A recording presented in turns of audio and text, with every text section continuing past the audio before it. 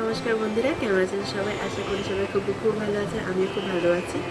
তো আজকে থেকে আমি একটা সিরিজ বলতে পারো স্টার্ট করছি, যেখানে আমি আমার পেপার যোগা ঠাকুরগুলোকে যে বাড়ি সেটা আপনাদের শেয়ার করতেছি। আপনারা হয়তো অনেকেই জানেন যে আমি পেপারে দুর্গা ঠাকুর বানাই। কীভাবে বানাই সেটা হয়তো সবাই জানে না। এটা ফার্স্ট অফ অল আমিও এখনও শিখছি, লার্ন করছি এখন এই ব্যাপারটাকে। তো আমিও ঠিকঠাক করে জানি না কীভাবে বানাতে হয়। তো আমি জাস্ট ইন্টারনেট যতটুকু জানতে পারি সেটুকু আপনাদের শেয়ার করতে চাই। তাহলে ভিডিওটাকে আজকে তো শুরু করা যাক। তো এখানে আমি ফার্স্টে নিয়ে নিচ্ছি একটা মোটা দেখে আর্ট পেপার। একটু মোটা দেখে আর্ট পেপারটা নেওয়াটা বেশি বেটার হয়। তো এখানে আমি সব কিছু কী কী আমি সেটা দেখাতে পারছি না। তো এখানে আমি দুবার করে একটা স্ট্রাকচার এঁকে নিয়েছি, যেটা আপনাদের মন মতো করে এঁকে নেবেন।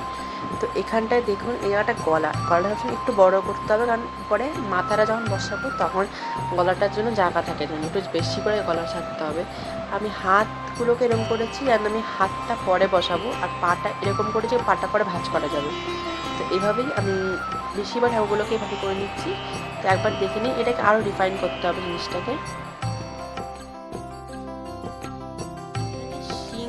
এটাকে আমি ঘোড়ারূপী সিংহ মতো করে স্টাইল করেছি, যেটা অনেক বনেদি বাড়িতে দেখা যেতে পারে, যেমন বাগবাজার, শোভাবাজার, এইসব বাড়িতে আমি দেখেছি যে এই ধরনের ঘোড়ারূপী সিংহ। আর আমি ঘোড়ারূপী সিংহটাই বেশি কমফোর্টেবল, হ্যাঁ, এই নর্মাল সিংহর থেকে। তো আমি এখানে দুটো পা আঁকিনি, দুটো পা ইচ্ছা করে আঁকিনি, দুটো পাটাকে আমি আলাদা করে আঁকবো। আর এটা যেটা দেখছেন এটা হচ্ছে জিপটাকে আমি আলাদা করে বসাবো বলে আমি আলাদা করেছি। আর এখানে হচ্ছে মোষটা, তো মোষের আমি একটা শিং আঁকিনি, আর হচ্ছে লেজটা করিনি। আর এটা হচ্ছে সরস্বতী লক্ষ্মী, একটাকেই আমি এঁকে নিয়েছি। এবার এটাকে আমি ফোল্ড করে নেবো, ফোল্ড করে নিয়ে করা যাবে। এটা দুর্গার সাথে আমি কম্প্যারিজন করে দেখাচ্ছি, এটা আপনাদের মন মতো করে, মানে আপনারা একটু আইডিয়া করে নেবেন। এই পাটা আলাদা করছি কারণ পাটা একটুখানি ফোল্ড করা থাকবে বলে। এটাকে ভাঁজ করে নিলেই, দুটোকে একসাথে কেটে নিলেই দুটো সরস্বতী লক্ষ্মী দুজনেরই বডিটা আমরা পেয়ে যাবো। এটাকেও ঠিক মা দুর্গা স্টাইলেই এরকম গলাটা একটু ছেড়ে করেছি। আর এখানে হচ্ছে অসুরের বডিটার জন্য পাটা আলাদা করে পাটা ভাঁজ করা হবে, আর মাথা হাতটা ঠিক সেই স্টাইলে করব। এখানে কার্তিকটাকেও অন্যরকম সেই স্টাইলে, কিন্তু পাটা আলাদা করেছি। আর এটা ভাঁজ করা যাবে না, কারণ গণেশে একটু পেটটা মোটা ছোটা হবে, তো ওই জন্য ভাঁজ না করে আলাদা করে আঁকতে হবে। আর আপনারা সব কিন্তু নিজেদের মতো করেই করে নেবে, মানে কীরকম সাইজ করবেন দুর্গাটা তার উপর ডিপেন্ড করবে যে লক্ষ্মী গণেশ কার্তিক তাদের কতটা। এরপরে মানে যেটা দেখিয়েছি সেটাকে আমরা রাখি কেটে নেব। টাকাটা চলবে, এইবারে খাতার মানে যেটা খাতার ফর্মের যে কভারটা থাকে সেটা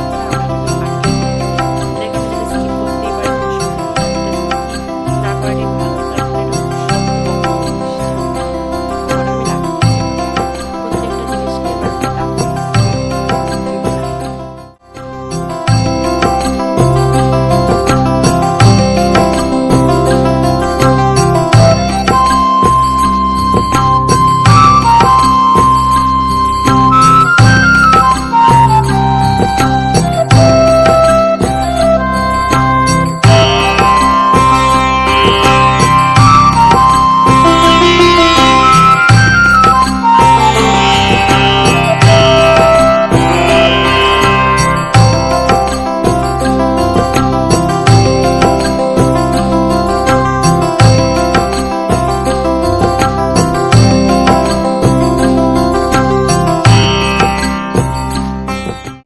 বলতে পারো একটা ব্রেক নিয়ে নিচ্ছি। এখন আমি গান শুনতে শুনতে কেক খাচ্ছি, না বাবা নিয়ে এনেছিল, বেশ ভালো খেতে, টেস্টিং বাইটসের একটা ফ্রুট কেক, খুব ভালো খেতে বেশ।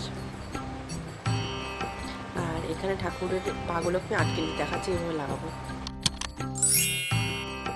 এখন হচ্ছে কালারিংয়ের কাজ। তো এখানে আমি জল নিয়ে নিচ্ছি, আর এখানে ক্যামেলিনের যে অ্যাক্রিলিক কালারটা হয় সেটা ইউজ করছি, তোমরা দেখতে পারো।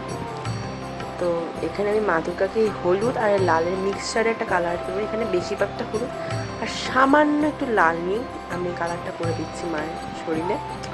আসলে আমি কালারিংয়ে অতটাও ভালো না, আমি কালারিংটা ঠিক পারি না, মানে আমার ঠিক সব জায়গা সমান হয় না। তো একটু ট্রাই করছি, আর সাইড দিয়ে একটু শেড করে নিচ্ছি একটু ডার্ক কালার দিয়ে।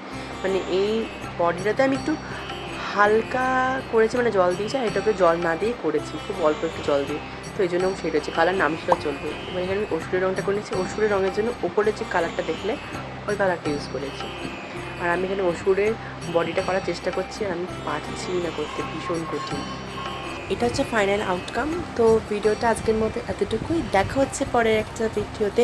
ততক্ষণ সুস্থ থাকবেন, সাবধানে থাকবেন এবং খুব ভালো থাকবেন। আর আমার ভিডিওটা ভালো লেগে থাকলে লাইক, শেয়ার, সাবস্ক্রাইব এবং কমেন্ট করে দেবেন। তাহলে আজকের মতো এতটুকুই, দেখা হচ্ছে পরে একটা ভিডিওতে। নমস্কার।